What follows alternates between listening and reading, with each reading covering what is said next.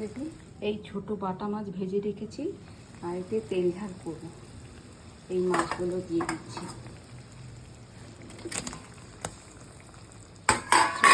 সর্ষে কাঁচা লঙ্কা বাটা আর কালো জিরে ফোড়ন দিয়েছি।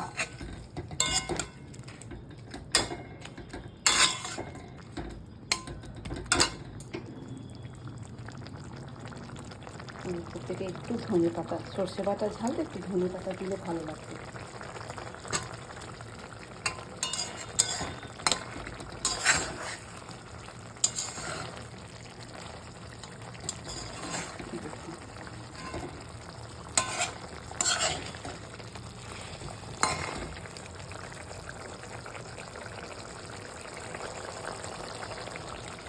একটু গামাটা করবো তেল ভাজা।